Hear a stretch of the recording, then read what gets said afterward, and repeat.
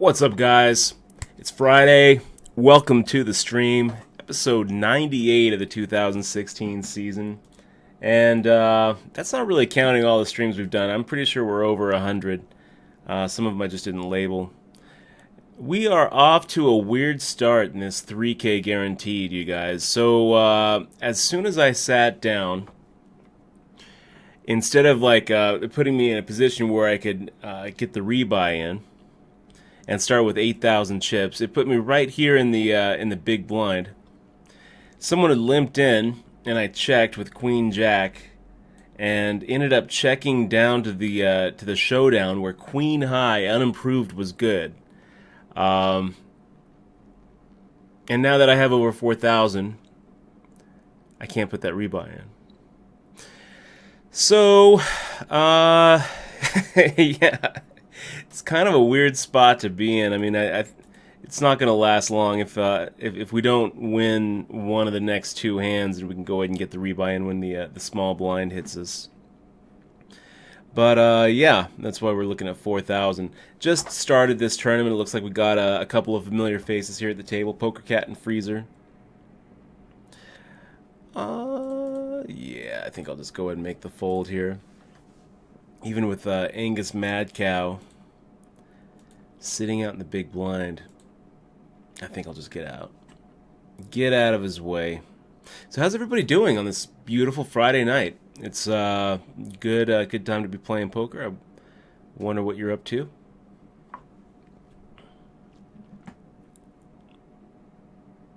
Michelle's not with us tonight. She's over at one of her friends' one of her little Filipino get-togethers, having lumpia. She said she's going to bring back some leftovers, which sounds pretty good. It's the best when she actually asks if I want to go to something like that. Do you want to go and hang out with my Filipino friends while they talk in Visayan and make fun of their boyfriends? No. No, I would rather not. It's so much better than, hey, guess what you're doing tonight? Okay, let's go and see a flop here with ace-9 suited. Get back below 4K.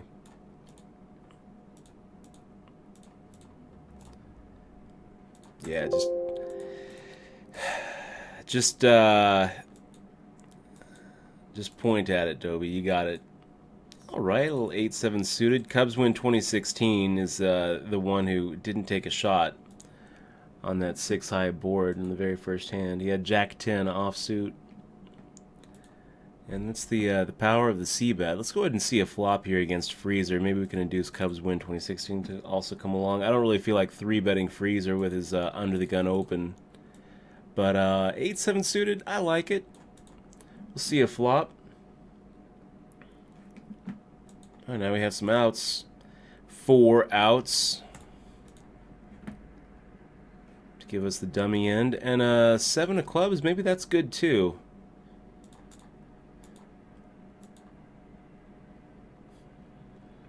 Nice hand there, Cubs win. Nice hand. I'll take the split.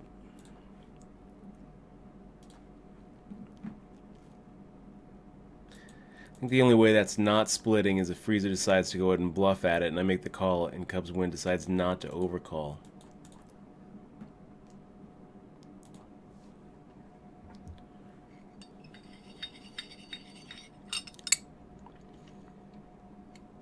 Pretty wet board there, Dobie. Let's inflate that pot. What's up, Rick the Hat? Good to see you, man. First one in chat. Hope that your Friday's going well today. Any big weekend plans?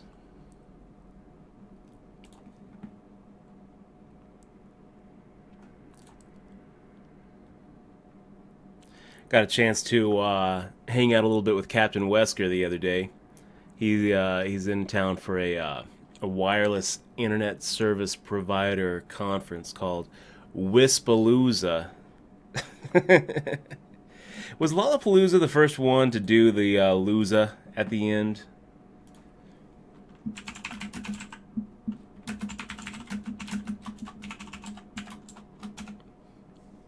Wispalooza.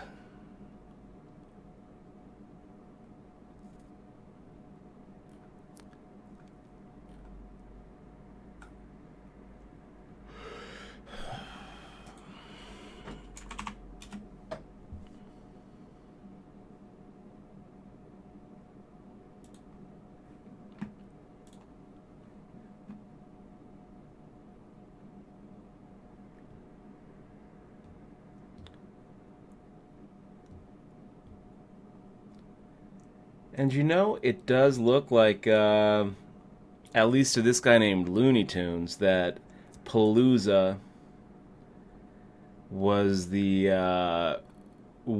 in fact from Lollapalooza. Rick the Hat, 18 months subbed. Thank you so much for keeping this stream going. 18 months, man. Year and a half. Really appreciate that. It's a long time to support the stream, and I wouldn't be here without you. It's another long-time supporter, Money Miser. Great to see you, man. So I got CMAC85 in the stream. How you doing, bud? So let me take a look here. The earliest known use of the word Lollapalooza was in 1896. Okay. In time, the term also came to refer to a large lollipop. And it also, late 19th, early 20th century, so 1800s, early 1900s, meaning an extraordinary or unusual thing, person, or event, an exceptional example or instance. It's a Lollapalooza.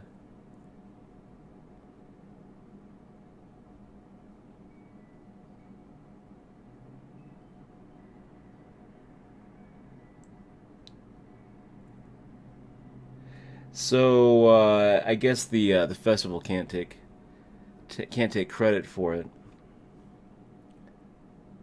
Wispalooza. K Loman 22 says, "What's up? Good luck tonight. I'm grinding some tourneys too. You a married man now? Congratulations."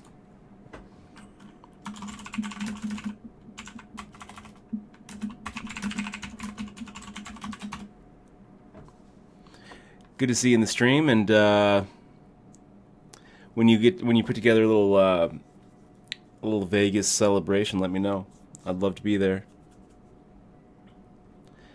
Vice Chick said, "What's up? I got a new Fitbit today. You know what? You're gonna have to connect it to Poker Cat. You know what? I will fire out a C-bet against you, Poker Cat. I know that you know my game, and I know that you're probably not giving up on a pocket pair here. You might even raise. But ace high, I'm just not willing to say it's no good. And it's a pretty tough call if you didn't catch something or start with a pair. So Vice Chick, you got to connect us on the Fitbit for the challenges. I don't wear mine as much as I should, but I will, and we'll push each other. F Tech, yes indeed.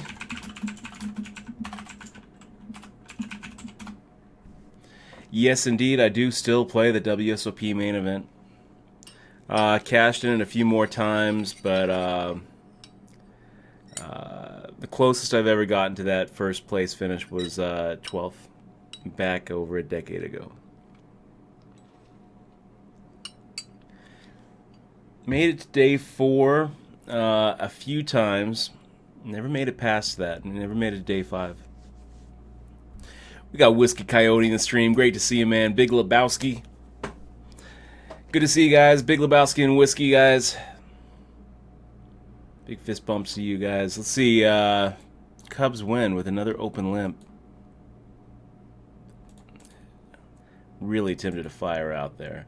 So, 10-6-3, Rainbow. I think we're just giving up here. I mean, I'm not giving up for a min bet. I'll go ahead and see a turn card for 200 just in case we do hit a two pair or trips type hand.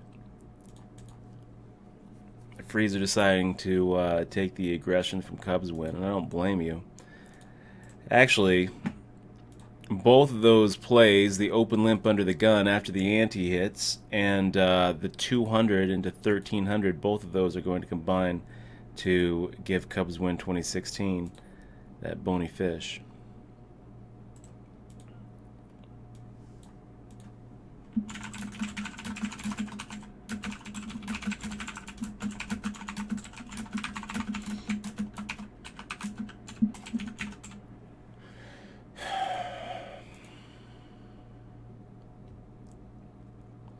So whiskey, what are you up to this weekend? Let's make this yeah, let's go for a little 3-bet here.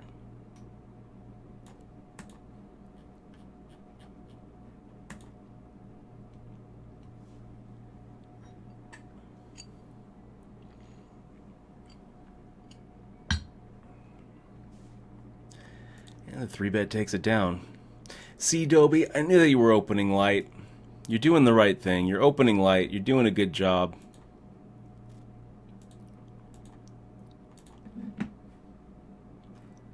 You see Cubs win 2016 in the big blind, and it's a tempting target, so why not?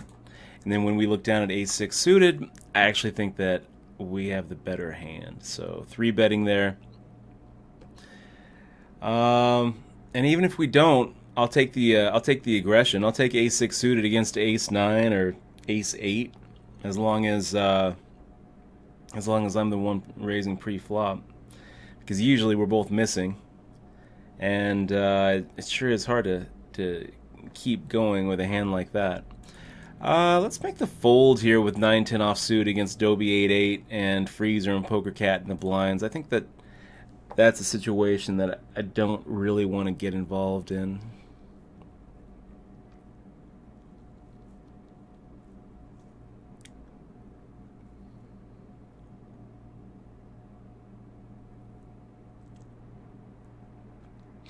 Yeah, I don't know what I'm thinking, Vice Chick.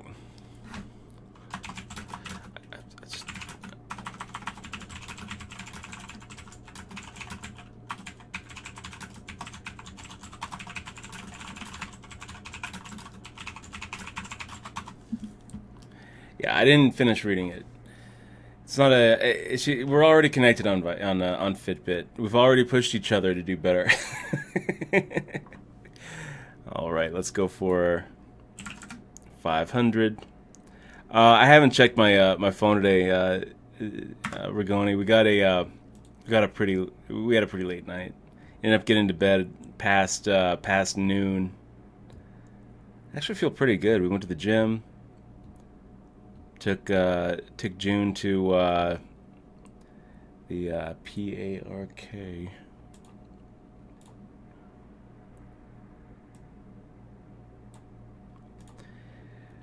Yeah, we'll go and fire out a half pot here, and hopefully one of these guys has a bigger ace.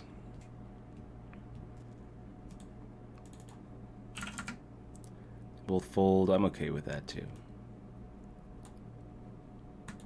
Yeah, I'll check it on the break, Rigoni.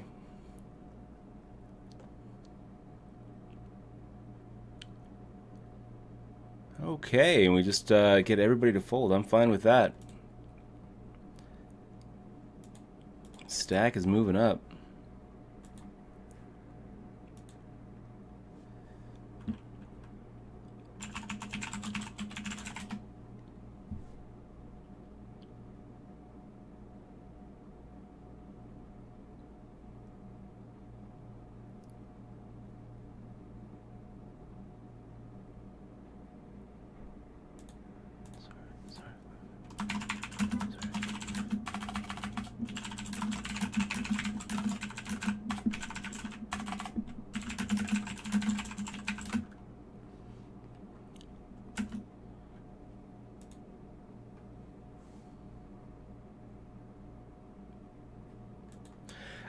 Rick the Hat, I don't mind sharing it. It's just Dutch at DutchBoy.com, my normal email.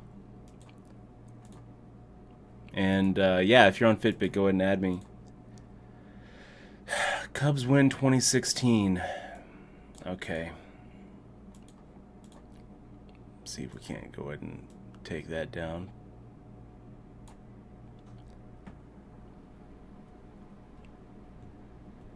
I think I'm firing out even if the 3 doesn't hit.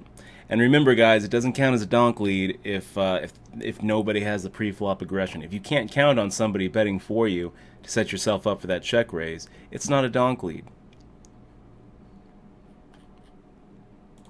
Get out of Joe Need 23's way. How'd you get so many chips, Cubs win? What happened? What was the path to 24,000?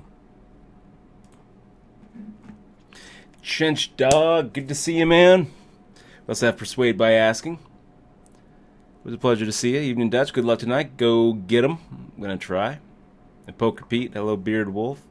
Hello back at ya. Let's go ahead and make the raise here. 580, 680, 788.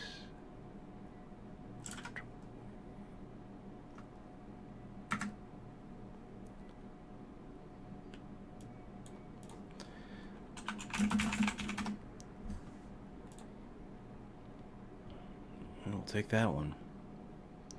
And Joni 23, I'm going to go ahead and give you the bony fish for that open limp, bud.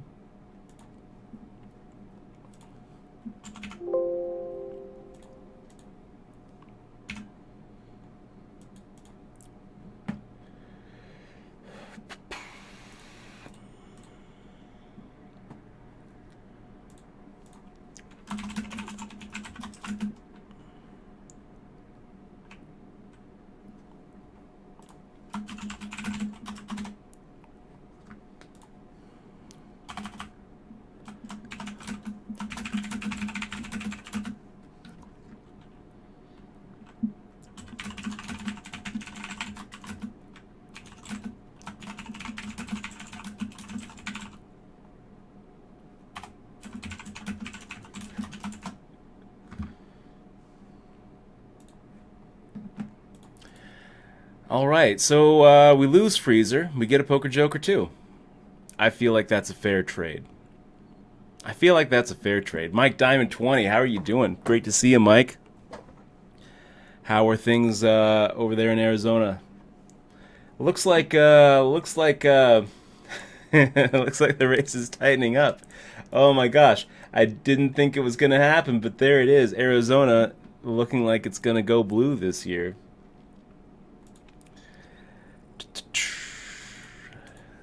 What a week. What a week in politics. I won't talk about it. If you're going to vote Trump this year, I'm sure you have your reasons, but I've really been enjoying the shit show. Wow. You know, I understand. For a lot of people, there's a litmus test, right? It's real simple. You know, if a candidate's position is one thing on one issue, they get the vote. You know, for my mom, she has a litmus test. She's in the awesome state of Missouri. It's always it's been red since as long as I can remember. Very, you know, a lot of rural parts of Missouri, kind of backwoods, a big chunk of it. Yeah, I remember growing up in Missouri, and I was in college before, you know, I had my first non-white friend. Yeah, that's just how it is. You know, you go tractor pulling and you know, small town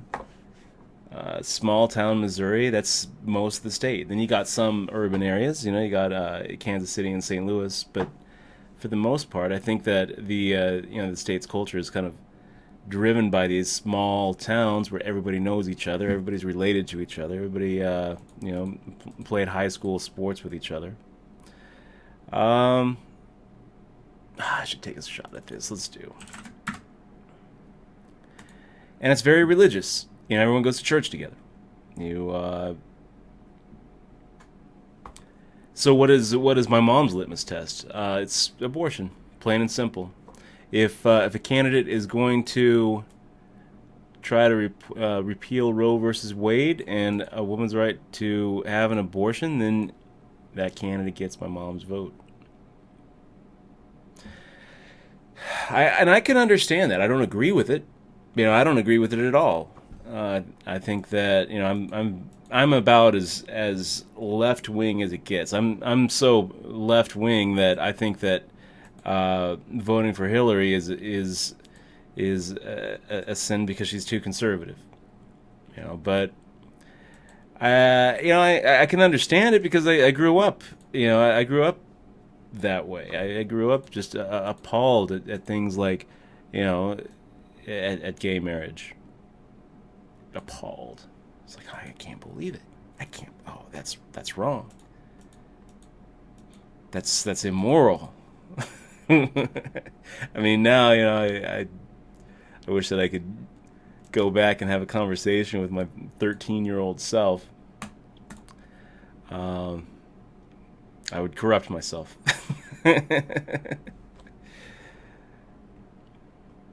Decriminalize drugs. Why would you ever do that? You don't want the world just on drugs, do you? No, but don't. For a lot of other people, that's their litmus test. Things like, criminal justice reform.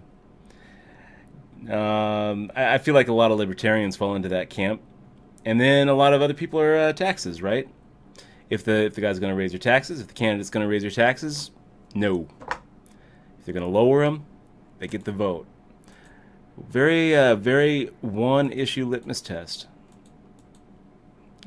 So if you are going to vote for Trump, you know what? I'm sure you have your reason or reasons, but it has been kind of enjoyable watching this election and watching what was a very, very close race really just falling apart.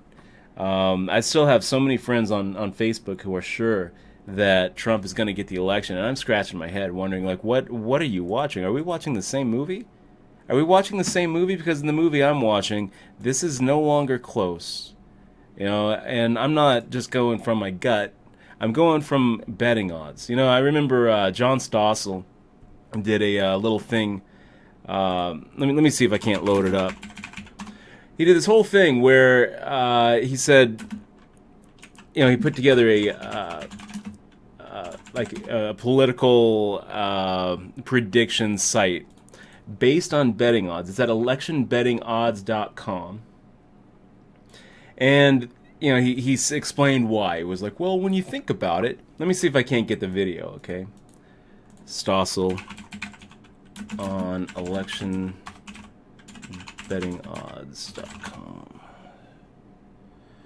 See if I can't find that video.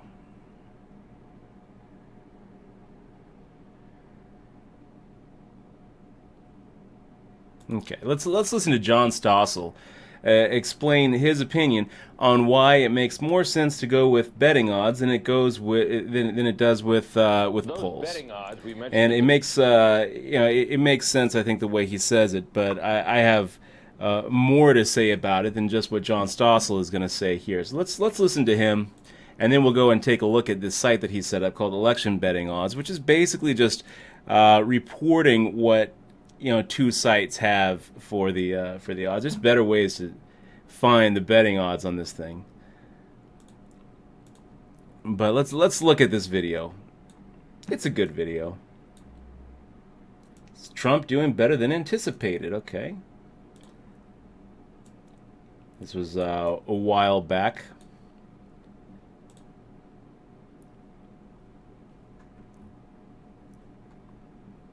Top of the hour are constantly changing. The odds are updated indeed every 5 minutes. Right now, the odds, as we noted, are 65.1% for Clinton and 31.5% for Trump. One of the men behind the betting odds we quote here is John Stossel, host of Stossel on the Fox Business Network, and he joins us now. John, good to see you. How did you get involved with the betting odds? Because I got so sick of these polls and the pundits predicting this and that. We've known now for a long time that the people who bet, the thousands of people who bet, and they're not allowed to in the United States for the most part because Republicans mostly have banned it. So most of the betting comes from Europe. The betting is a better predictor of future events and much better at predicting elections than polls or pundits. So tell me about where you get the betting odds that you and your colleague who posts this information online every day, where do you get it? Betfair is where most of it comes from. That's the largest British site. About $50 million is bet there. And people are constantly winning and losing. They're betting on sporting events mostly, but they also bet on American politics. The state results we get from a site called Predicted, which is in the United States. It's been this one site that's been allowed, but it's not that accurate because you're only allowed to bet $850. Well, what is this all? First of all, is this legal? I want to stop this for a second.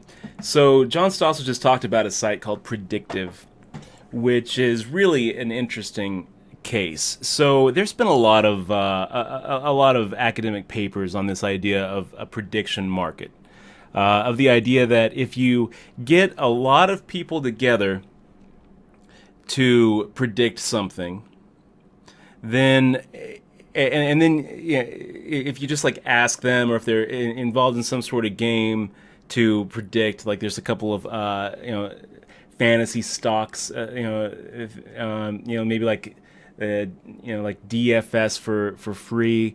As soon as you add a consideration element, those prediction markets become much stronger, much stronger. So if somebody has to actually put money up to make a prediction, and they get rewarded when they're right, and they don't when they're wrong, then the prediction market becomes actually pretty strong. I'm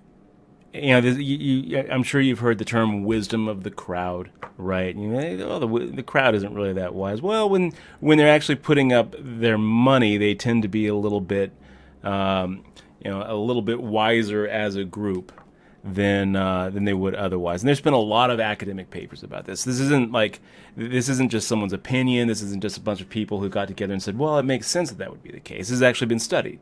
It's been studied. They've actually formed that hypothesis, and gone through with the scientific method, testing the hypothesis and confirming that hypothesis over and over. So the theory is pretty sound. The site that he just talked about, so Betfair, we all know Betfair is the I think it's a peer-to-peer market up in Britain, where the market itself makes the lines, and it's kind of like you throw out an offer and someone accepts, and it kind of meets, kind of like a stock market would. And the other site that he mentioned, though, was called Predictive.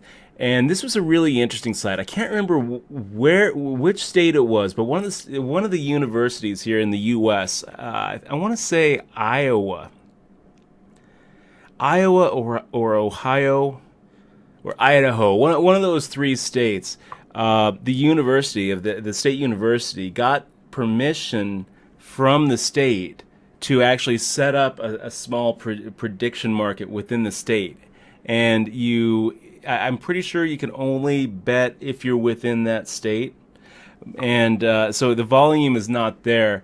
That's why John Stossel said that Betfair was a better predictor, because it has much higher volume, and that tends to be the case. The more people you have who are and the more volume you have as far as betting action goes, the stronger the prediction market is. But this Predictive that he just was talking about is an academic site where they're not trying to make a profit. They're actually researching prediction markets, and it's really interesting. It's the argument is that having prediction markets actually allows us to be better at predicting everything, whether it's stock movements, whether it's political races, whether it's the weather. You get a whole bunch of people who are putting money on this thing, and they tend to be better than just even a couple of experts who are not putting money on it. So pretty interesting stuff. And John Stossel bringing it to Fox News.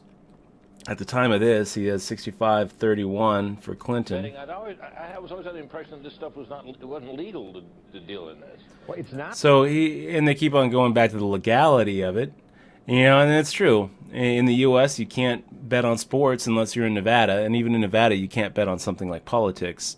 I don't think that's right, but I think it's kind of funny watching this guy get get all caught up.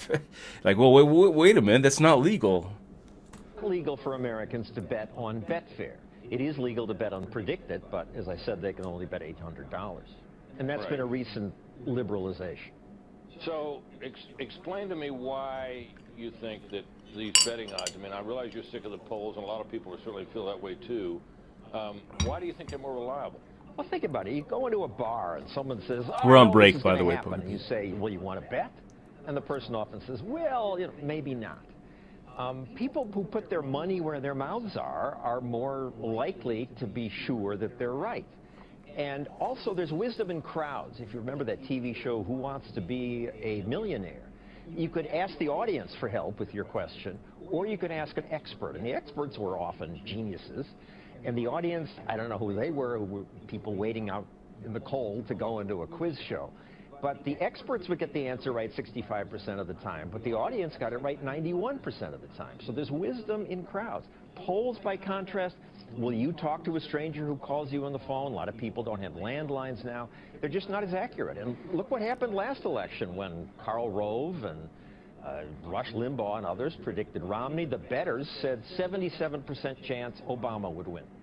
Wow, I had no idea. So what he just also talked about there, getting a call on the phone, you pick it up, and there's someone asking if you're going to take a poll, who are you going to vote for, and you talk to him for 5 minutes. Well, who's likely to do that? I'll tell you, I'm not. When I get a call on my phone and I don't recognize the number, I don't pick up. Michelle sure does.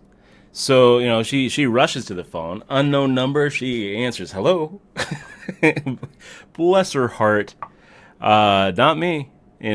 So what kind of person is more likely to poll you? What you run into is something called sampling bias, which is a cognitive bias that you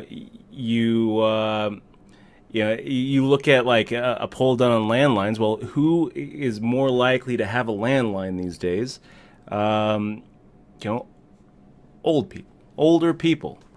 Who is more likely to pick up the phone on a Tuesday afternoon? Well, either someone who's unemployed or someone who is staying at home. So all these things lead to a sample that doesn't really give you an accurate poll, and this happens all the time. This is why when after every debate, you'll see Fox News put out a Twitter with a poll saying, "Who do you think won?" And everyone thinks Trump won. And you'll see MSNBC put out a poll and say, "Who do you think won?" And everyone thinks Clinton won. And it's like, oh well, it's because their audience is very right wing or very left wing. Sampling bias, but you don't really see a lot of sampling bias in these in these prediction markets. That high, 77%. I had no idea. Now, what did the betting odds say during the Republican primary season? They picked Trump in February when people were still saying no chance. In fact, Karl Rove said he won't win the nomination. A Washington Post columnist said he'd eat his column if Trump won. Well, he did end up eating his column. They predicted 74 of state primaries right. They're not perfect. They got Iowa wrong. They didn't know that Cruz would win. They missed a bunch. They missed Brexit. Well, wait a minute. Take me to as the race wore on, and the betting odds changed as they would. How did the betting odds fare during the rest of the primary season up until it was settled? It was settled. For the most part, they predicted the Trump victories. I mean, I can name the cases where they were wrong. In the Iowa caucus, at one point, it gave Trump 68%. Cruz won that. So this is one thing that I don't like about how Stossel is framing this, right? When he talks about, I can point to some places where they were wrong. It's not that they were wrong. They're thinking in probabilistic terms. They're saying, okay, what are the chances that Clinton wins versus Trump wins? Right now, the little site that he's got, I think has it at 80-something%. Like 17% for Trump and 83% for Clinton. Does that mean that if if Trump wins that the market was wrong? No, it means that the 13% happened. It's just like, we get it in with aces, and our opponent has tens, and we're like, well, I predict that aces are going to win here. And then he spikes the 10, and we're like, oh, we were wrong. Well, we weren't really wrong. We understand the odds. We understand that there is a chance that that certain things will happen. It's kind of interesting when you look at like presidential elections, because where does the probability come from? Where is the randomness there? I mean, there's a lot. You got October surprises between here and November 8th. You also just have, the random whim. What are the chances that a significant percentage of people are going to walk into the poll, look at Clinton and Trump, and say, fuck it, Trump. I think that he gets the fuck it vote. There it is. There's the randomness. You get cut off in traffic. Your boss lets you know that you're not getting the raise this year, and you get angry. So you go in, and you're like, Trump. A lot of things like that, I guess, could happen. I don't really like the way that Stossel is presenting it as far as like absolutes. Oh, most of the time they're right, sometimes they're wrong. It's probabilistic. You have to think probabilistically. Michigan, the odds gave Sanders just 11%. He ended up winning. Odds gave Cruz 5% in Oklahoma, but he won. But every other primary, the bettors were correct. John, you keep posting them, and we'll keep quoting them. Thank you very much. They update every 5 minutes. Okay. Thank you, John Stossel, for enlightening us and bringing the concept of prediction markets to an all new place. Right now, it looks like 83.7 for Clinton, 15.4 for Trump, and Johnson and Stein are not really in the race. There's a couple of people now who are suggesting that someone in Utah could end up winning this race. What's his name? One of those unlikely things that could happen. I was reading about it on 538. Evan McMullen. So here's a fun here's a fun 538. Yeah, I love this site. I love Nate Silver. He's great. This is actually written by one of his colleagues over there. Ah, man. Messed that up. Let's try that again. And this is how Evan McMullen could win Utah in the presidency. You know who this guy is? So this is Evan McMullen. Yeah. We could be brothers. I don't know who he is. I still don't actually know. Is he a senator? Is he a governor? I don't know. I don't know, but evidently there's a push from Mitt Romney and a lot of the other the powers that be in Utah to push him as the Utah candidate. So if he gets Utah and he wins Utah, he gets, I think, 6 electoral votes. And then there's a scenario where neither Clinton nor Trump have over that magic number of electoral votes, which I think is 270, where it's like 268, 267, and then 6. And when that happens, the top 3 candidates get presented to the House where they vote. And since the House is Republican controlled and probably will be after this election cycle, what people are saying is that there is about a 2% chance that this guy, Evan McMullen, becomes our next president. That the way he would do it is get Utah, no other state except Utah, and I think Arizona goes to Trump, and maybe Pennsylvania goes to Trump, and Clinton gets Florida or something like that, where it's a deadlock. And then it goes to the House, and the House can't stand Clinton, and they can't stand Trump anymore. So they vote for the third choice, Evan McMullin. What kind of sham would that be? What kind of uprising would that be if someone that I haven't even heard of before this week, before reading this article, becomes the president of the United States? What kind of sham would that be if Trump and Clinton lose to this guy that we don't even know because one state decides that they that they are going to put him in there, and the Republican Party turns their back on Trump? I feel like there's a chance. There's a decent chance, 2% chance. That's like going runner, for a flush. Okay, not quite. It's a little bit less rare, but it happens. We see it happen all the time. This is one thing I love about poker, is it forces us to think in these probabilistic terms. I mean, this is one thing I love about poker players, is you don't see two poker players arguing that long before one of them says, okay, well, let's go ahead and book it. You think that you're right, I think that I'm right. There's no, I acknowledge the fact that maybe I'm wrong and you're right. But I think the chances of you being right are slim, and this is what I'm willing to bet. That's what I love about poker players. That's what I love about gamblers, is their probabilistic view to the world, because they, what that ends up, meaning is that they don't cling to positions too tightly. They understand that they can be wrong. They understand that they might not know, and that there is a chance that they can be wrong, and they accept that chance with everything, pretty much. Okay.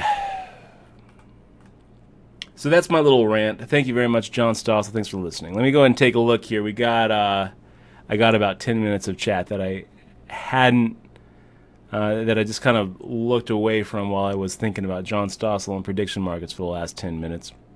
By the way, Hackahan, I'm going to let X1 know. I'll make sure that she is on the stream soon. We pooled her mic and her camera, and every time we do that, it leads to these weird tech issues, and we have to calibrate it again. But I'll make sure that she's on this weekend. Watching Rock of Ages while streaming Dutch. Sounds like a good night, Rigoni. I remember watching that movie. Pretty good. That's the Catherine Zeta-Jones, Tom Cruise. Now they have a MJ Livingston. Yeah, I'm going to go ahead and make the fold here for you, MJ. But I'm going to have to start making the 3 bets, because you've really been 3-betting quite often. And also, guys, we took a pretty big hit against MJ Livingston when I was talking about the prediction markets. I opened with Ace-King. He made the shove with 10s. I snap-called. Otherwise, we're at like 24K. So, Kiwi, good to see you. Iceman Kiwi, representing New Zealand. GG Donk TV, good to see you too. And SD Bub, great to see you guys on Twitch Prime as well. Acid Wave says, good morning, got the patches, did the resub. Good luck in your games. Thank you very much, Acid Wave. Really appreciate that. By the way, we had a I just heard the let me take a look here. Nova Druid just subscribed to the stream, and I missed it right when it happened. Let me go ahead and get the alert up again. That's a new one. Let's see. I'm not sure why that alert's not coming up. Hold on, let me try this one last time.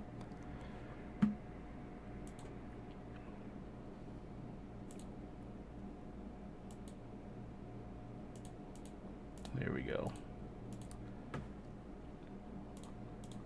Let's try it again. I'm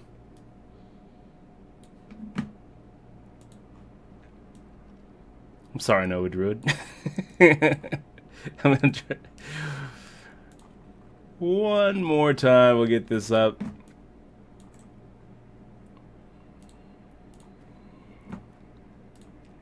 All right.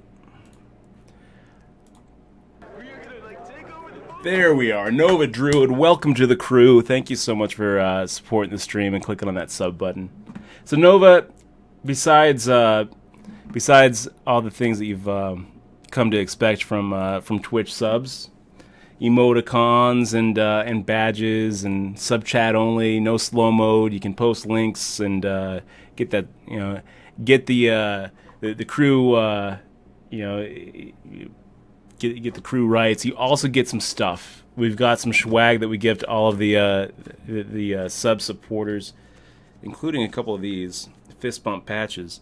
Guaranteed to bring the run good the next time you're sitting down at the feld. I'm actually going to peel one and stick it on right there. This is what we're missing. This is why our final tables keep on ending in sixths and fourths. We don't have the Twitch patch run good, so just fix that. Thanks so much for supporting the stream, Nova Druid. I really appreciate it. If there's anything I can do for you, let me know. One other thing that you're going to get is my book, Poker Tilt. So 274 pages. Took me a long time to write. Got some pretty good reviews. Yours for free. A download link is going to come your way here, and I'll get it out after the stream. All right, Poker Joker 2, making the defense in the big blind. We got a Jack 7-2, pocket nines in front of us, and a tough opponent who knows our ways. I'm actually going to play this a little bit differently against a Poker Joker 2, and I'm going to check back. So the turn comes a 5. He checks again. We'll fire out 875 and just take it down.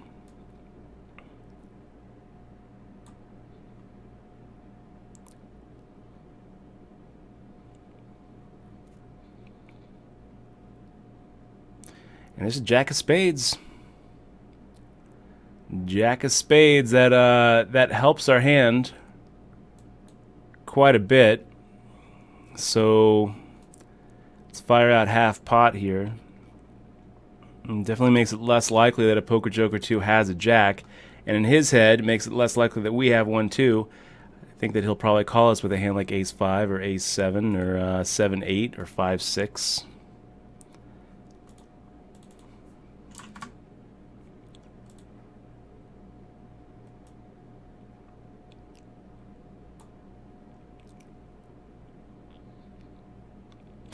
You know, Dead Money, I agree with you on that. I wish we could do away with the Electoral College as well and just go by popular vote. I think that it made sense at at the time we set it up, but at this point, I feel like there is there is a shared experience. I don't really see that much of a difference between growing up in say Missouri and growing up in Nevada or growing up in Kansas.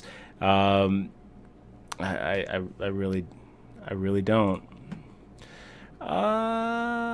Against two opponents, yeah, we'll still fire out a half pot bet here.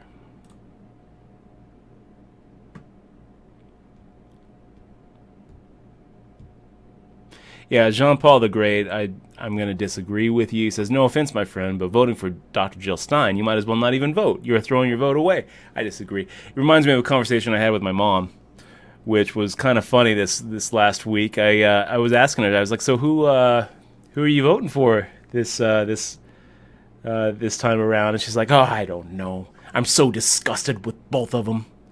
She says, I can't stand Trump. I will never be able to listen to anything Trump says anymore without hearing what he said on that bus. I can't stand him. He's disgusting. And Hillary, she makes me sick. I'm like, I don't think I'm even going to vote for president this year. I'm just not going to vote for him. I'll go in, I'll vote for, I'll vote for the other things, but I'm not going to vote for president this year. I was like, well, Mom, if you're not going to vote, maybe you could vote for Jill Stein. And she's like, vote for Jill Stein? Well, that'd just be throwing my vote away. I thought it was funny. Yeah, that's the other thing, Jean-Paul the Great. It's like that's another litmus test. I was talking about how people have their litmus tests, and a lot of people, their litmus test is a lot of people. They prey on it. And they get their answer. There's a significant percentage of people out there who believe that Hillary Clinton is actually evil, is actually Satan, is actually Satan personified. Or if not Satan personified, at least has regular, meetings with Satan and listens to what he has to say. There's a significant percentage of the population who believe that, just like there's a significant percentage of the population that believe, in lizard people and chemtrails. People believe weird things. Weird things.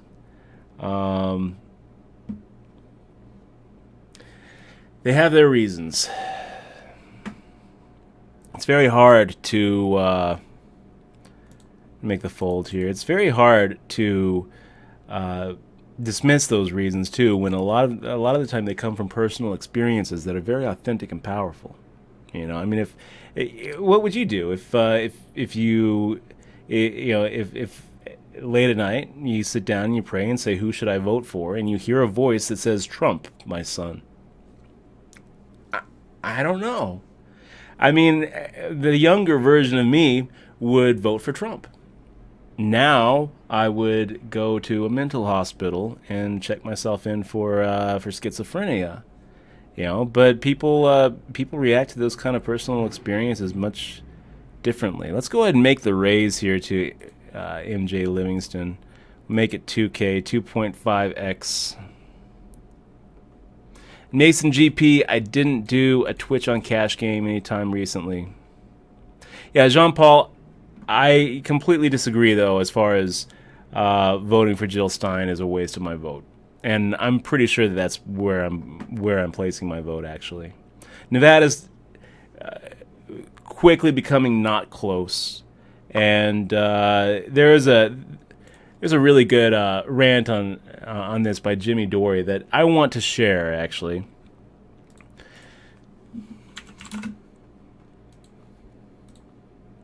I tweeted it the other day, and it really spoke to me. It really made me start thinking about why it's important that this year be the year for third parties. And I'll tell you, I'm not libertarian. A lot of the libertarian platform I disagree with, but I think a lot of Republicans that I know who would be voting for Trump are more in line with that libertarian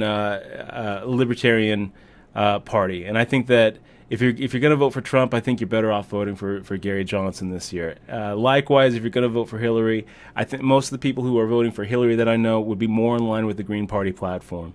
So let's listen to the first 3 minutes of this little rant by Jimmy Dore. This is a comedian who has started getting more into political talk. I'll put this over here on the left so we can keep on seeing the poker. That's just for you, Poker Pete. Let's listen to what Jimmy Dore has to say about why a vote for Jill Stein is not a waste of your vote, because he convinced me. Maybe he'll convince you too. So it wasn't Ralph Nader. It was a million things that are corrupted, that are still corrupted, starting with the goddamn Electoral College, which should be gone. And no one screams about that. Everybody just accepts it, that we have this sham form of elections. That's not a real democracy. That's not a real election when the guy who has 500,000 more votes isn't the president. That's a sham. And we all accept it. It's like we're battered wives. It's like we're an adult, this whole country, we're adult children of alcoholics. We're not mad at the guy who's fucking us. We're mad at the guy who's pointing out the guy who's fucking us. People get mad at Bernie. People get mad at Jill Stein. People still mad at Ralph Nader. People get mad at us. The system's way more broken than people think. Half the country is either poor or in poverty. Think about that in the richest country the face of the earth has ever seen. We have a bigger income inequality right now than they had during the freaking Gilded Age. And people said the way you fix that is to vote for Hillary fucking Clinton. You vote for that's a vote for Goldman Sachs. That's a vote for more war. That's a vote for fracking. We got to have a different approach. We have to have a different approach. We can't stop fighting back conservatives with neoliberals. So if everybody I know and everybody you know who feels the way we feel and agrees with Jill Stein's platform, because if you look at her platform, it's just about everybody agrees with it who I know who voted for Bernie. If we all voted for her, she would get 20%, 25% of the vote. She would probably win in a three-way. She might even win in a three-way if everybody voted their conscience. 10 years ago in Greece, the ruling party had 4% of the vote. Now they're the ruling party. 10 years ago, they had 4% of the vote. I know it's a different form of government. It's time to start. It's time to start now. Hillary Clinton will be bad for progressives, bad for Democrats. It'd be bad for the whole thing. It'd be bad for our country. Donald Trump be probably even worse. It's time to start a progressive movement. It wasn't Ralph Nader. Don't let anybody say that. You know who says that? People want you to vote for Hillary Clinton. Their answer to all that corruption. So he's talking about how so many people are saying, well, remember how Ralph Nader made Gore lose. Brian 9801, thanks for the sub, man. Really appreciate that. Brian 9801 is one of my Rust buddies too. You know what you're getting. I'm pretty sure this hasn't been the first time you've subbed to the stream, but I'm going to go ahead and make sure that you get the welcome email just the same. Fist bump patches, the book. Really appreciate that, Brian. I hope that things are going well. So Jimmy Dore here, he's responding to criticisms of people who say, well, if you don't vote for Clinton, you're voting for Trump. The same way that if you voted for Nader, that's how Bush got in, is because Nader cost Gore the election. And Jimmy Dore was talking about how that's not really the case, that Nader actually brought out a lot more people to the polls, and actually more people voted for Gore as a result of Nader than for Bush. I don't know if that's true or not. I don't really care, because I believe what Dore is saying here. I think that Jimmy is right, that Clinton, I think, is going to be bad for our country. I think she is going to be bad for our country. I think Trump is going to be worse. And if we're not going to try to change this weird two-party system that we have, where we're being told, okay, heads or tails, I don't really want to be flipping a coin. I want to be rolling a dice, like a die. Yes, I know, a die. I'd rather roll the dice than flip a coin. I think it makes a lot of sense. And when you look at how there's really not that much difference when it comes to preserving the political power system between the two parties. They're both basically, run by corporations, and you got all these corporate interests who are donating to both sides, because it doesn't matter who wins to them, Republican or Democrat. They're going to get the same kickbacks anyway. You look at, Wall Street's a perfect example of this. Obama came in and just picked up the reins right where Bush left off as far as bailing out all the big banks. He's like, oh, no problem. Here we go. $800 billion. Here you go, Goldman Sachs. Here you go, Bank of America. Here you go, Wells Fargo. I was so disgusted when that happened, because I really felt, I really bought into that whole Obama change thing. I really did. I was like, oh, it's going to be so great. There's going to be so much change. And then I just realized, oh, wow, it's just Bush wearing a mask. It's basically what it is. We have more mass incarceration, more income inequality than we ever had. And it didn't change with Obama. And yeah, you can say, oh, well, that's because he had a Senate that wasn't with him, and he didn't, he didn't have, the House with him. He couldn't get anything done. You know what? I don't buy it.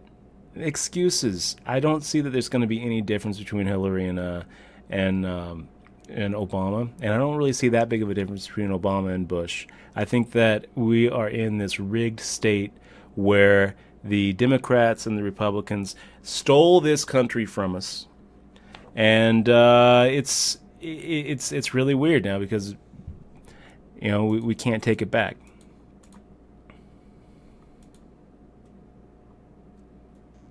I think I'm gonna make the call here. What else do you have to say, Jimmy? Is to say less voices. Fuck third parties. They were saying it back then. They're saying it now. If not now, when? If not now, when? In 4 years? In 4 years? Oh, then we're all going to vote third party. What, you don't think they're going to rig the system again against a guy who's not in bed with their donors? You don't think if another Bernie Sanders shows up, they're going to fuck him? They are. So don't let people tell you it was Ralph Nader. There's all that information. I could talk about it for hours. It wasn't him. Go ahead. Yeah, so back to Al Gore. I don't think Al Gore failed to stand up for himself because of self-interest. Anyway, Steve-O is not as interesting to listen to, and he doesn't. But he makes an interesting point, and then he takes 3 minutes to make it. That he really wishes that Bernie Sanders, after losing the nomination, would have gone third party. Would have run under the Democratic Socialist Party, or would have run under the Green Party, would have run independent, because he would have brought a lot of the supporters with him. I know he would have. And that would have been a very interesting election. And sure, it would have gone Trump. Who cares? Who cares? I don't really think there's going to be that big of a difference between the two. And that's why I'm not defriending people on Facebook who are insisting on voting for Trump. I don't understand it, but it's all right. You vote however you want to. I'm sure you have your reasons. We can agree to disagree.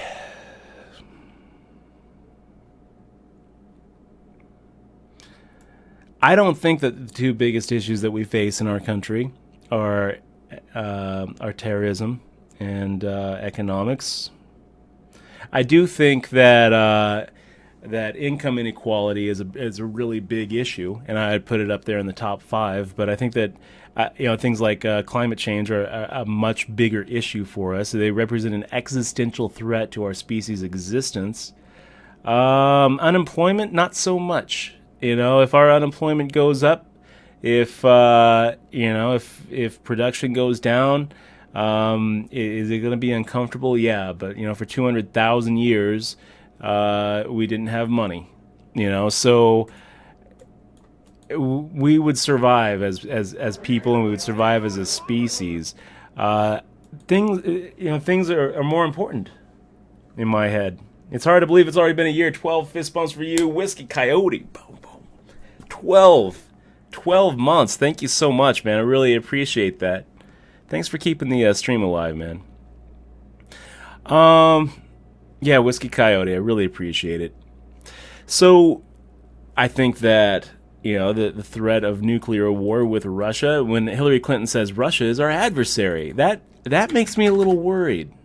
That makes me a little worried. When we're looking, I'm not worried about terrorism, but because we don't really lose a lot to terrorists. If you look at the casualty count, as far as casualties we've taken in our country from terrorist attacks, they pale in comparison to the amount of lives lost every year to car accidents. They pale in comparison to the amount of preventable deaths that occur every year, every month, to cigarette-related preventable disease, 100%. Interesting fact. Did you know that President Duterte over in the Philippines, now he's going to make cigarettes illegal in all of the Philippines, going off about how he's just like Hitler with pride. What a whack job. But you know what? I can kind of understand, the idea of criminalizing cigarettes. If you're going to criminalize drugs, then why not criminalize cigarettes? I can kind of see his point. I don't agree with it. I don't think that he should be dragging out, people who are in, who have a little bit of crack cocaine and shooting them in the street. What a horrible human rights violation that is. But if you're going to crack down on drugs like crack and heroin and weed, then why wouldn't you crack down on drugs like cigarettes as well? I don't know. Makes sense to me, I guess. I mean, at least he's being consistent. What a whack job, that guy.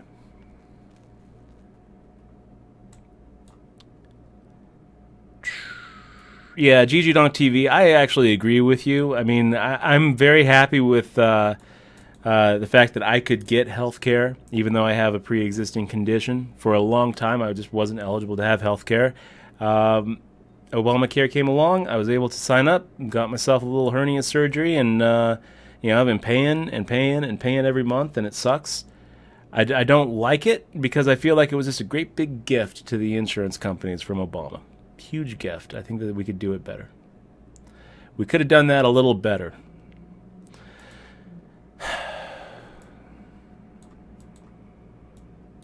Yeah, Stable TK says if it was anybody but Trump, you'd have a case. Please don't fuck around and get a madman in the White House. There's a big difference. I agree there's a big difference. I agree. You know, there is a big difference between Hillary Clinton and Donald Trump, and I'm going to be sad on November 9th if Trump is our next president. But I don't think that there's as big of a difference as you think there is. You know, and I don't really buy these ideas that voting third party is a waste of your vote.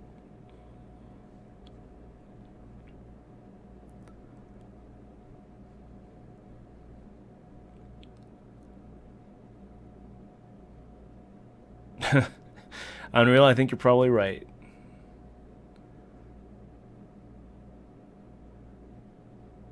Yeah, and Hackahan, you're right. Bernie did the pragmatic thing. He did the pragmatic thing. He decided if I go independent, then it will destroy the Democratic Party, and it will destroy Clinton's chances of being the president. So I'm going to play ball, and I'm going to let the system continue. He could have broke it down. He could have taken a deep breath and blew that house of cards. Instead, he went along with the he went along with the rigged system. Now, if you think that that's noble of him and pragmatic of him, I'm not going to disagree with you. I think I understand why he did it. I did kind of like what the guy said, that Jimmy Dory's little friend there, that he wishes that he would have actually that he would have actually split. Because part of me wishes that he would have split too, even if it means a Trump presidency. Like, I just don't think there's going to be that big of a difference. I really don't. How much damage can one person do in the presidency? Okay, I guess a lot. But how much damage would Trump do? I don't think he would do that much. He's just a dude. He's just a guy, just like you, just like me, boys grown tall. He's just another boy grown tall. He's trying to be, he's going to be in there. If he becomes president, and he might be president, he's going to be in there trying to make the right decisions. He's not going to want to be remembered as the worst president we've ever had. He's going to be just like George W. Bush was. George W. Bush wasn't that bad of a guy. How much damage did he really do? I mean, I think you can make an argument that Clinton did a lot more damage before him with the 1994 crime bill, doubling, tripling incarceration rates, with the continued war on drugs, with the push for don't ask, don't tell, with the repeal of Glass-Steagall. Look at that. How much damage could Trump really do? He's just going to be in there trying to make the right decisions. And I'll tell you one thing I like about Trump that I don't like about Clinton is I don't think that Trump is going to be pressured as much from Wall Street interests and corporate interests as Clinton is. And you might say, well, of course, if he is those interests, okay, well, you're kind of right about that. You're kind of right about that. If I'm going to have a litmus test, though, I mean, maybe my litmus test should be gambling. Maybe my litmus test should be who do I think would be more favorable to poker. And when I look at it, I think that it'd probably be Trump. Here's a guy who had casinos. Here's the guy who tried to get a gaming license here in Vegas. I think that he would probably be a little bit more friendly to opening up online poker. If I was going to have a single issue litmus test, maybe that should be it. It's not my litmus test, though.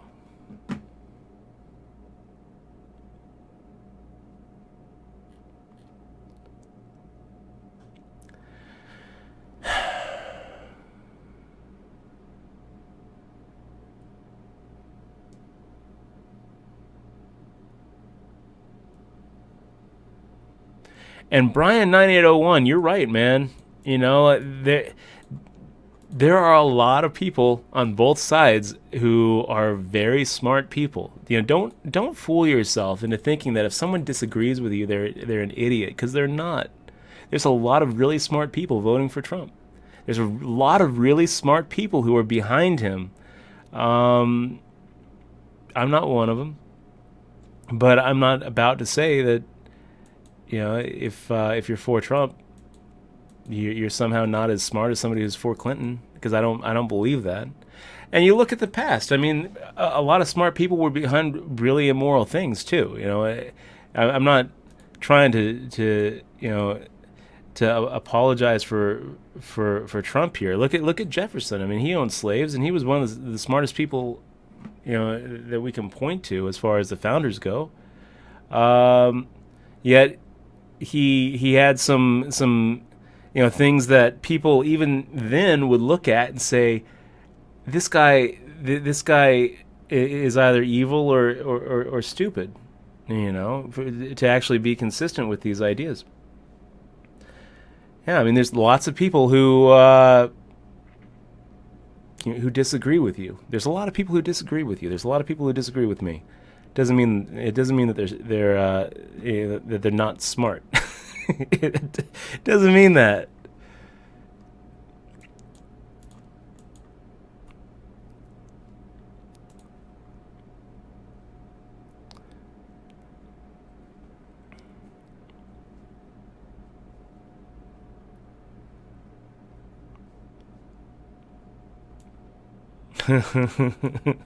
Like a Fool says, I voted for Trump in the primary because I thought it was funny.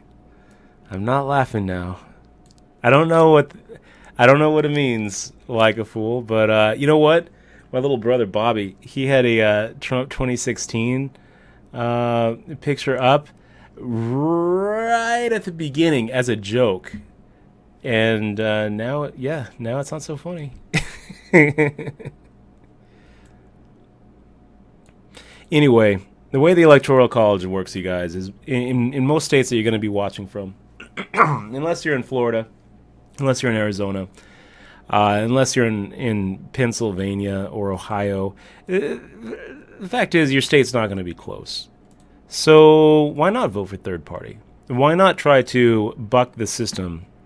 Why not try to change the way our politics work? And maybe in 2020 we have 3 or 4 parties showing up at the debates. Maybe instead of Jill Stein getting escorted away by police, she's allowed to debate. And maybe instead of seeing a bunch of billboards saying "Let Gary debate," he actually gets to debate. And I would love to hear Gary Johnson debate Trump and Clinton. I would love that. It's not going to happen unless we make it happen and we start looking at the system and saying, you know what, this two-party system it's not really for us, it's for them. It's not really for you and me. It's for the hedge fund managers. It's for the media conglomerates. You got Fox News over here and MSNBC over here, and it's like red team, blue team, go at it. And then you start looking at who's actually pulling the strings, and it's the same people. They don't care who you vote for as long as you vote R or D. Vote red or blue. I don't care who. And that's troubling. And if you're in a state like I am where it's not going to be close, then how can you say it's throwing your vote away, voting for a third party? It's like the opposite. It's actually using your vote. If you're in Missouri, if you're in California, California is not voting Trump. Missouri is not voting Clinton. Vote Johnson. Vote Stein. Vote one of the other parties. There's not just 4 parties out there. There's 8, 9 people on the ticket. By the way, polarize. Good to see you, man. 19 years. Oh man, I just had to fast forward. To 2035. Probably still have that same troll coming in every night too. 20 years later. Hope you burned in a grease fire. Polarized, thanks for the sub, man. I really appreciate that. Really appreciate it. Thalamus says, who do you think would legalize pot? Neither one. Neither one of them are going to legalize pot. Did you see those? Those leaked speeches that Clinton made to to Xerox? So she was talking to Ursula, what's her name, the CEO of Xerox, and Ursula was like, "Well, how do you feel about legalizing weed?" And she's like, "Oh, not a chance, not a way." Yeah. Who do I think would be more likely to deschedule marijuana? I actually think that, oh man, you know what? For all of the disappointments that Obama's given me in the last 8 years, if he were to deschedule marijuana, like in his last month in office, it's December, and he calls up his attorney general and says, "Okay, you are to instruct the DEA to deschedule marijuana as a Class A, what is it, Class 2, Class 1, Class 2, Class A, I don't know, as a class whatever substance." That would just be awesome. I'm not a big smoker, you guys, but I do have a real problem with the 800,000 people we have in prison right now for marijuana-related non-violent offenses, when we have the last 3 presidents in office all admitting and joking around about how they used to smoke weed back in college. I mean, this is something that we have people in prison for right now, and Clinton is laughing it up on the Jimmy Kimmel show. He got Clinton, "I didn't inhale." And Bush. I mean, Bush was a huge druggie. We have people in prison right now for things that our presidents admitted doing. It's atrocious. I mean, think about that. Think about what it would be like to be sitting in a cell, looking out bars, and hearing that your president was joking about smoking weed, and that's what you're in for.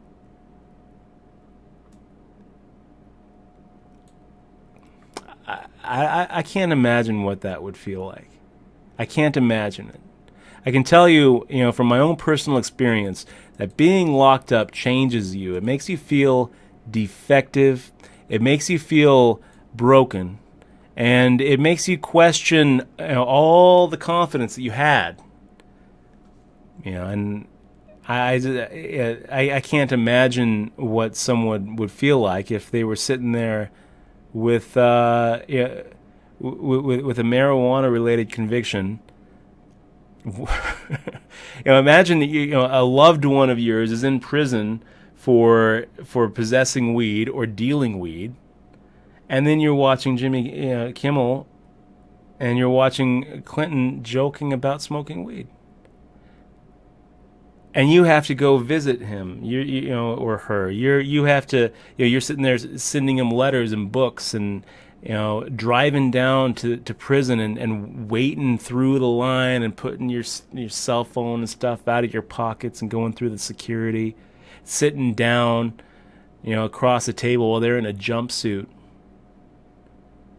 And you're waiting every day for them to get out.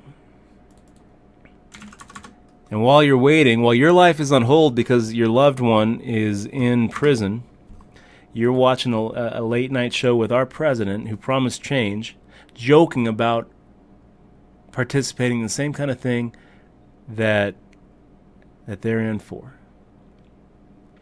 It makes me sick. It makes me disgusted. It really does.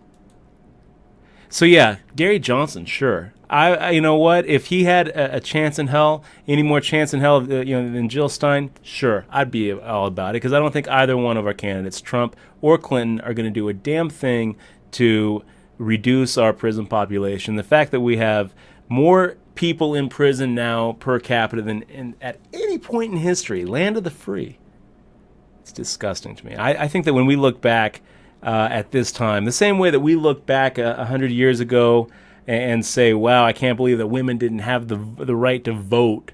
I can't believe that we thought that segregation works and that we were okay with not allowing blacks to vote, and we were okay with stringing them up and lynching people. No problem.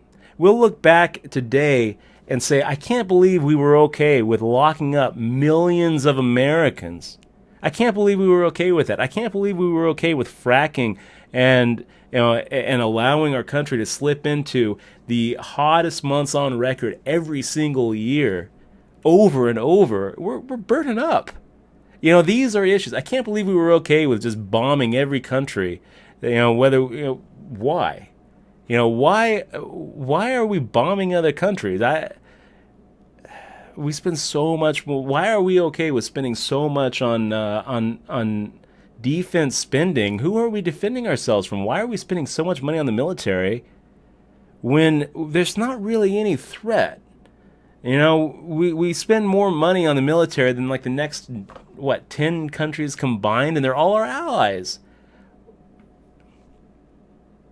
And meanwhile, we got people who are going to school and skipping lunches because they don't have the money for food. My mom worked at the food bank. I don't know anybody who has died of starvation, but there are a hell of a lot of kids out there who are who are food insecure. There are a lot of parents out there who are fretting about where their next meal is going to come from. Hunger is actually like a real big issue here in the U.S. Income disparity is a huge issue right now. Red or blue? I'm going to make the fold here to second to none.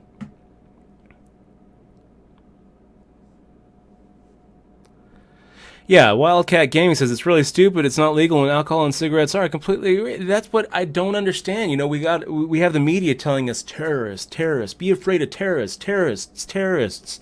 Meanwhile, we got 7,000 Americans dying every single day. Is that right? Yeah, I think that's about right. 7,000 every single day. Usually of preventable diseases. Usually, you look at the biggest.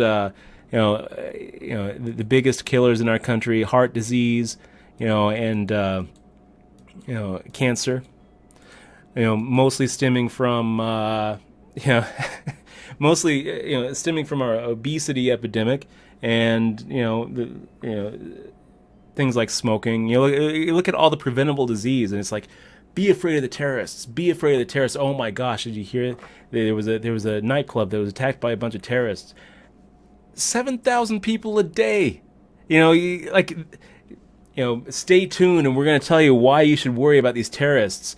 Right back after these commercials, and then it's a Michelob Ultra commercial, and it's a McDonald's commercial, and it's like, how are we not seeing what's so obvious, that our real threat, the threat that you have is not terrorists. Terrorists aren't going to be what kills you. It's not going to be what kills me, hopefully. Hopefully what kills me is a car accident. And we're like, oh, well, we can't have self-driving cars. That would put the truckers out of business. It's like, oh, did you see? There was a guy who died in a man, I really want to call this, fold. There was a guy who died in Florida from a self-driving car. We can't have those on the road. They're crazy robot cars. How many people die every year in car accidents? Something like, it's in the tens of thousands. I think like 30 to 50,000 a year. It's a sick number. Pat yourself on the back, Dutch, folding the tens right.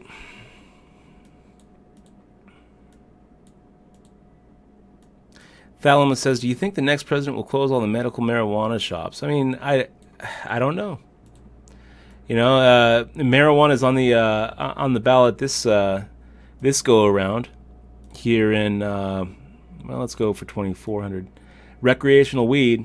Question number 2. I'll tell you, if you don't care about politics, at least care about that. Let's approve that here in Nevada. Question number 2. I mean, having recreational weed here in Vegas. I don't care if you smoke or not. I'm not a big smoker these days. I used to be, not anymore. I think the number of joints I've had in the last 5 years, I can count on one hand. But I recognize that recreational weed would be a real boon to tourism here in Vegas, which, I mean, let's get real. Without the tourists coming into this desert, this little city's going to die. If you care about Nevada and you are in Nevada voting, make sure to vote yes on question number 2. Besides the fact that it's just the right thing to do morally to stop, to stop putting people in prison for, a drug that is no more harmful than alcohol or cigarettes. Despite the fact that it's used in racial ways, in discriminatory ways. I can remember at least 2 times when I've actually been caught with weed by a policeman, and he's just kind of giving me the go ahead. He's like,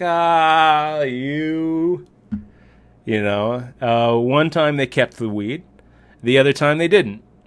Both times I walked out of there with no problem. And it wasn't just weed. I also had like a pipe. That's paraphernalia. And I can't help but think, if I was some poor black kid, I'm in prison. I'm in prison over that. Okay, A-Nags, I'll make the call. What do we got? 8-7 of clubs, King Jack 6. Pretty horrible.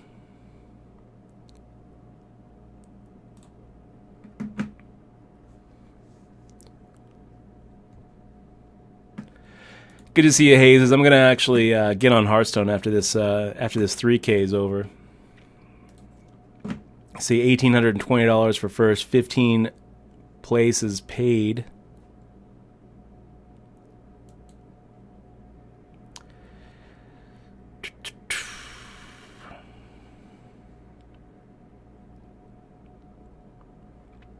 All right, guys. I'm gonna break. I'm going to be right back. 4 minutes. You guys are awesome. Really appreciate all of you being here. Make sure to click on that follow button, by the way. If you haven't clicked on the follow button, I don't ask you guys enough. Please follow. Please, please look into your heart and click the follow button. It's the little heart button. I'm going to be right back in about 3 minutes. And we'll try to make this final table, you guys.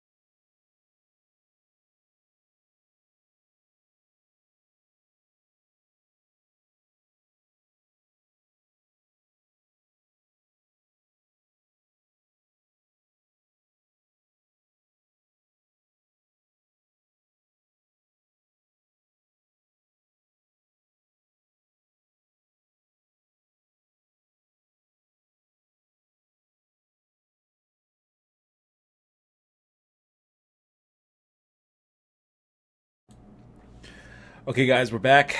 A little King 3 offsuit in the small blind.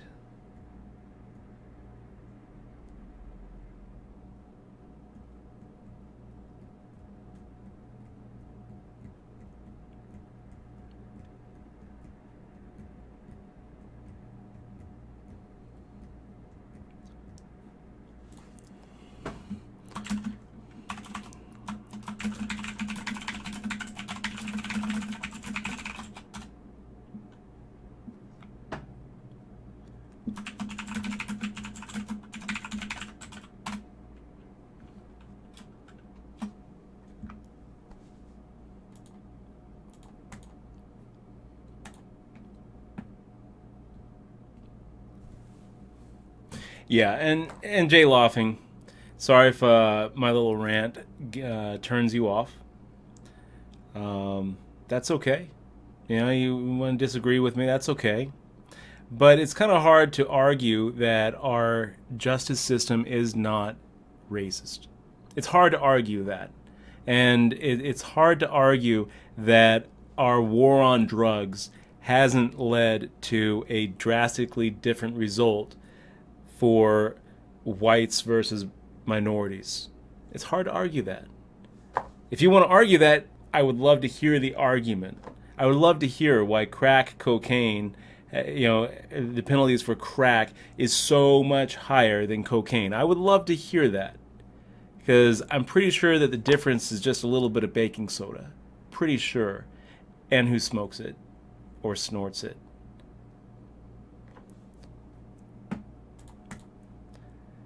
And I'm not trying to attack the police. That's the last thing I'm trying to do. I appreciate that people are brave enough to put on a uniform and try to protect their friends and their family and their community from criminals. I appreciate that. We have a lot of people in the stream who are serving in uniform, and I appreciate you guys doing it. I'm not trying to bash cops, but the criminal justice system is discriminatory. It is racist, and there's no two ways about it. You look at the numbers. 1 in 3 black men will serve in prison. 1 in 17 white men will serve in prison. Will serve prison sentences. I mean, 1 in 3, 1 in 17. Are you really going to tell me that black guys are just that much more likely to be criminals? Because I don't buy that. And if that is the case, then why is that the case? Why is that the case? But I don't think that is the case. I think that it's just different crimes, treated differently, or the same crime treated differently.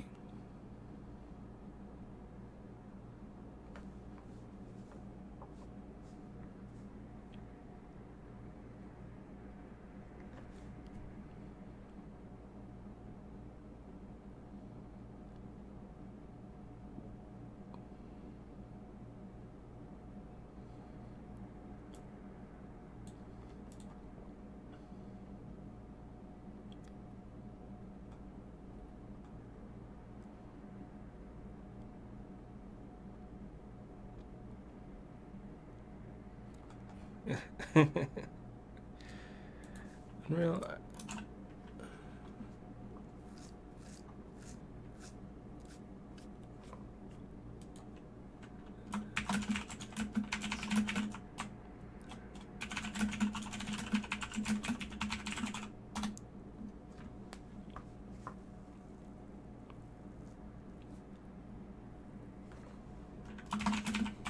Always scan this section.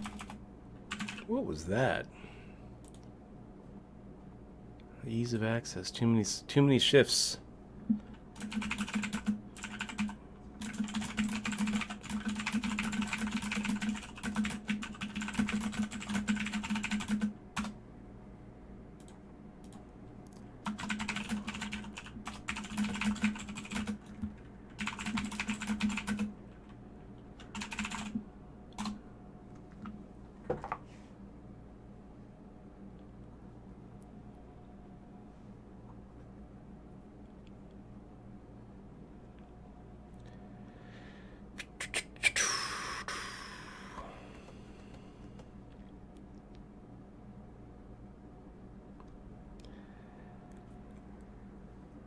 So I'm looking around. We've got 22 big blinds in front of us, and yet here we are towards the bottom of the pack.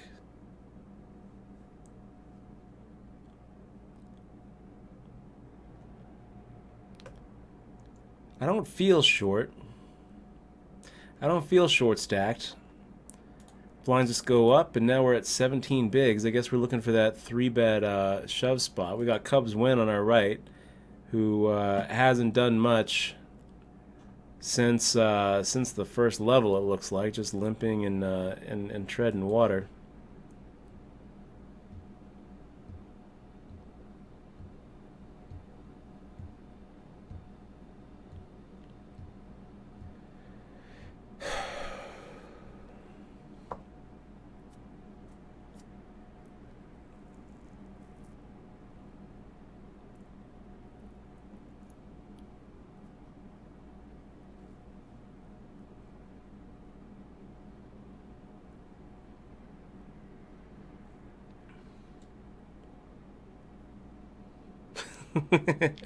Dr. Switcher, good to see you in the stream, man.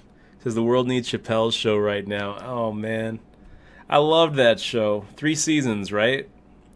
3 seasons until he stopped doing it. Man, that was funny.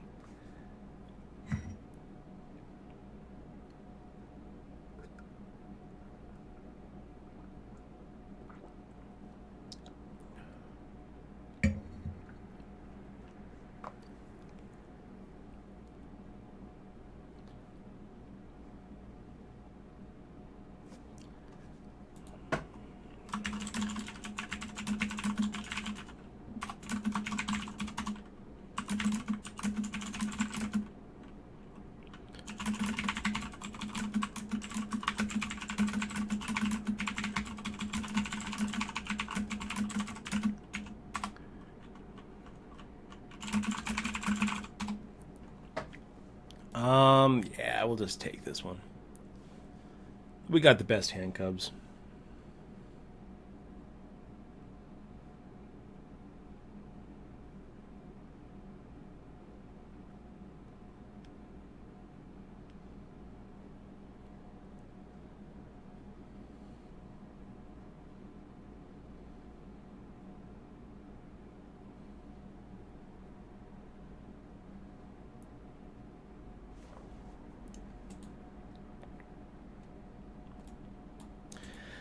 Make the fold there against A-Nags.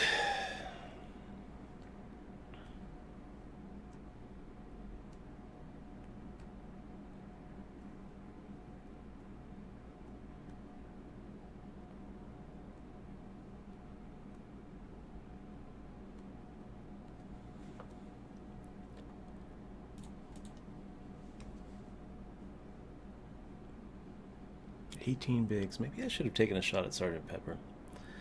Okay, King 8 suited. I'll take a shot here. I don't think I'm going to 3-bet.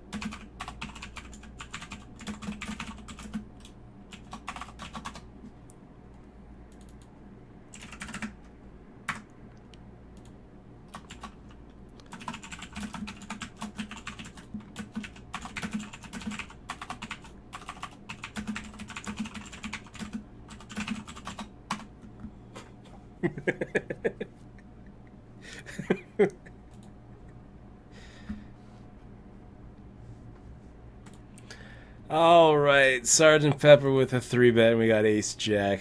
Gosh, let me take a look at his notes here. You know what? He's known to 3-bet with weaker aces, so I'm going to go for it. Well, doesn't have the weaker ace. We're in bad shape.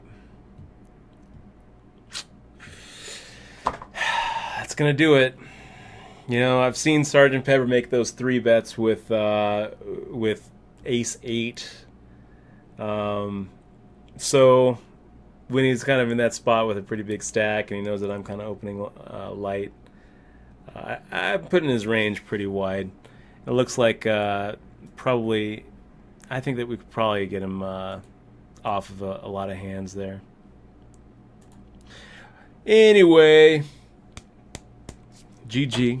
You know what I'm going to do, guys? I'm going to go ahead and shut this down, and I'm going to bring it back with no delay and do a little Hearthstone laddering. Rank 4 right now, and trying to get to Legendary. So I'll tell you, though, the journey from rank 25 to 5 in Hearthstone is much shorter than from 5 to Legendary. You know, it's only 5 ranks, 5, 4, 3, 2, 1, Legendary. But there's a big difference, and I'll talk about it on the Hearthstone stream. In the meantime, thank you guys so much for joining the poker stream. You guys are awesome. Every single one of you are cool and funny and intelligent, even if you don't agree with what I'm saying. If you're going to vote for Trump, more power to you. If you're going to vote against legalization of recreational marijuana, I'm sure you have your reasons. If you don't think that the mass incarceration that we have in our country is a problem, if you don't think that climate change is real, and you disagree with everything I say, that's all right. It's all right, because I could be wrong. I could be wrong. I hope that you'll open up to the possibility that maybe you're wrong as well. But guys, I'm going to go ahead and shut it down, bring it back with no delay, and I'll try to be a little bit better at paying attention to chat. I'm going to play a little Hearthstone. Make sure to click on that follow button, and thanks again for to all of you subs for making the stream happen. Be right back.